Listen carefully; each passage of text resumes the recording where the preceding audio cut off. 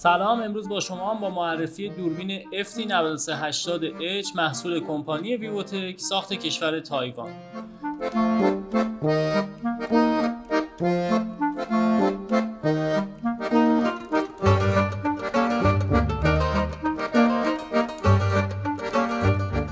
فیکسدام به دوربین هایی میگن که ظاهر گنبدی شکل داره و لنز دوربین توی یک محفظه شیشه‌ای حفاظت شده.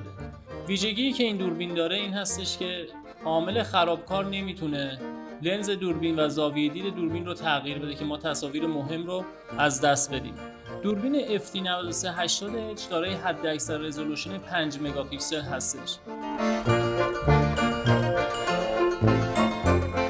استاندارد H265 سبب کاهش فضای ذخیره‌سازی و پهنایی‌بان میشه که به طور مستقیم روی کاهش هزینه‌ها تاثیرگذار هست.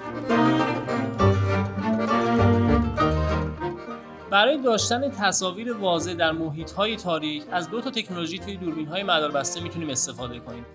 SNV به ما امکان ضبط تصاویر رنگی در محیط‌های تاریک رو میده و اسمارت IR تکنولوژی هستش که به میزان دور یا نزدیک بودن شی از لنز دوربین میزان اشعه خارج شده اینفرارد از دوربین رو کنترل میکنه.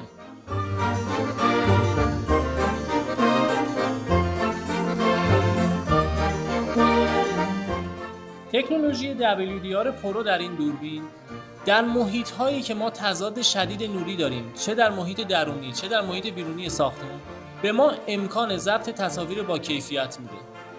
این محصول دارای دو استاندارد هست که ما میتونیم با خیال راحت در فضای بیرونی دوربین رو نصب کنیم. IP66 استانداردی هست که ضریب مقاومت دوربین در مقابل نفوذ ذرات گرد و خاک و آب رو نشون میده و همینطور IK10 اگر عامل مخرب با جسمی به جرم 5 کیلوگرم از فاصله 40 سانتی متری به دوربین ضربه بزنه، دوربین دچار مشکلی نخواهد شد. بستر انتقال تصاویر در دوربین‌های مداربسته تحت شبکه کابل شبکه است. اگر ارتباط دوربین با NVR یا سرور قطع بشه، ما تصاویر رو ممکنه از دست بدیم. برای جلوگیری از این مشکل میتونیم از کارت‌های حافظه روی خود دوربین استفاده کنیم که تصاویر رو میتونیم به صورت لوکال روی دوربین ریکورد کنیم که تصاویر مهم رو از دست ندیم.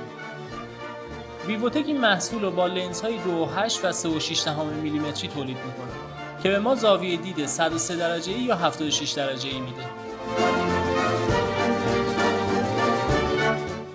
دوربین FT9380H ویوتک PoE ساپورت است. به این معنا که ما برای روشن کردن دستگاه دیگه لازم نیست کابل برق رو جداگونه بکشیم.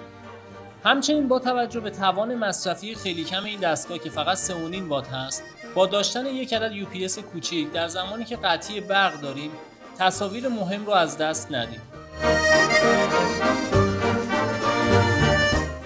با توجه به ویژگی‌های جذاب و کاربردی این دوربین از جمله 5 مگاپیکسل بودن، اسمارت IR، سوپریم نایت ویزیبیلیتی، WDR پرو، IP66 و IK10 و قیمت مناسب، این دوربین میتونه یکی از بهترین گزینه‌ها برای پروژه‌های نظارت تصویری ما باشه.